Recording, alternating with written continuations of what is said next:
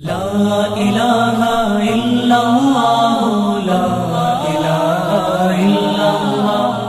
لا الہ الا اللہ۔ تراویح میں بعض دفعہ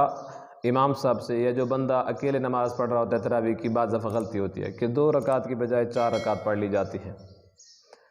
تو آیا 2 رکعت کی بجائے جب 4 رکعت ہم نے پڑھ لی تو ہماری 4 رکعت ہو جائیں گی یا دوبارہ پڑھنی پڑیں گی؟